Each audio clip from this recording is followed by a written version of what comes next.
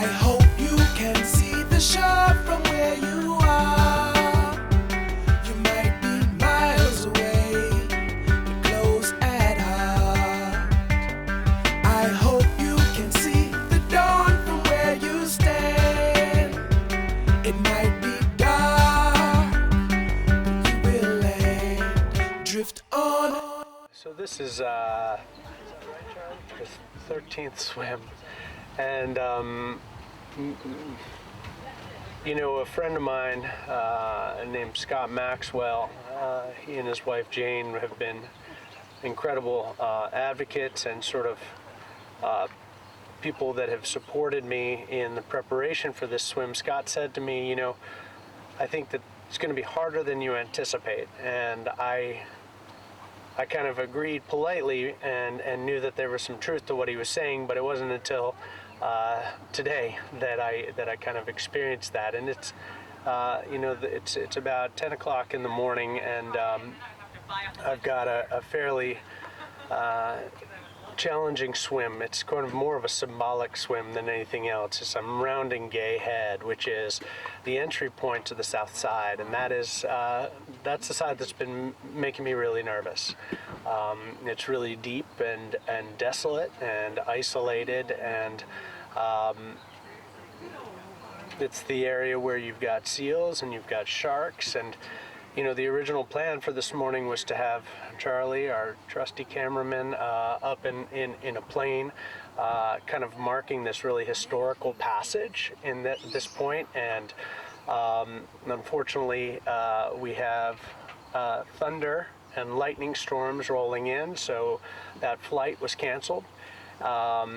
Got in touch with the various safety boats, and for one reason or another, they weren't able to make it out this morning, but kind of gave me a little bit of additional concern. And the reason is that as I enter the south side, this is also the place where, when we landed, we saw there's thunder in the background, which is additional cause for concern. But you know, we got out of the water yesterday or the day before, and there were these massive 300-pound seals that have been identified up in this area, and that's obviously that's you know, principal shark bait. And so there was this combination of like having the security blanket removed and knowing that this historical passage was not taken on the optimistic tone that I was hoping for, but more of an isolated tone. And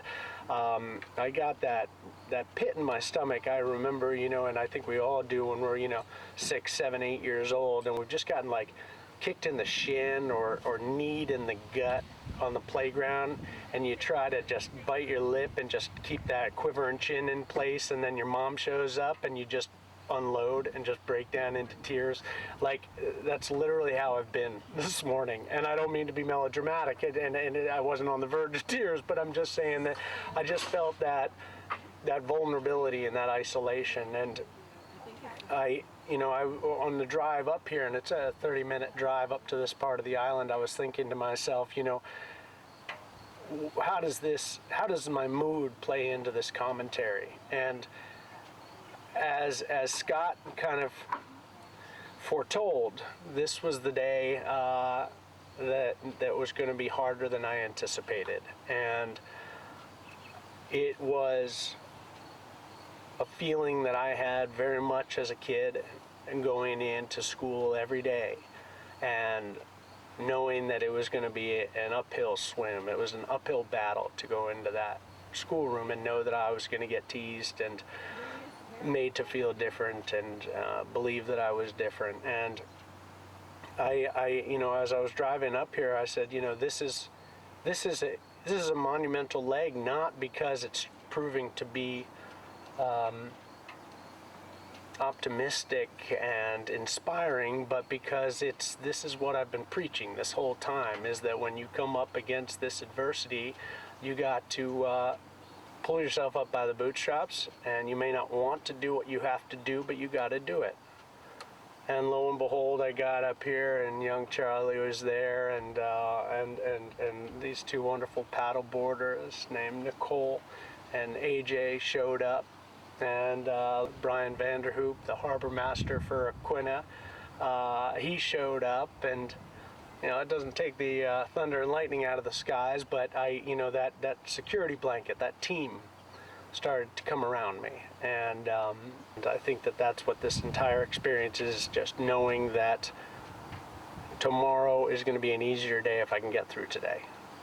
And so I'm going to head into the water, and I might swim 15 minutes and have to get out because there's too much thunder and lightning. I don't know. We'll see what it holds. But I'm just grateful to everybody, from Charlie to my paddle boarders to Scott and Jane, whose words proved to be prophetic. And I'm going to pull myself up. So here goes nothing.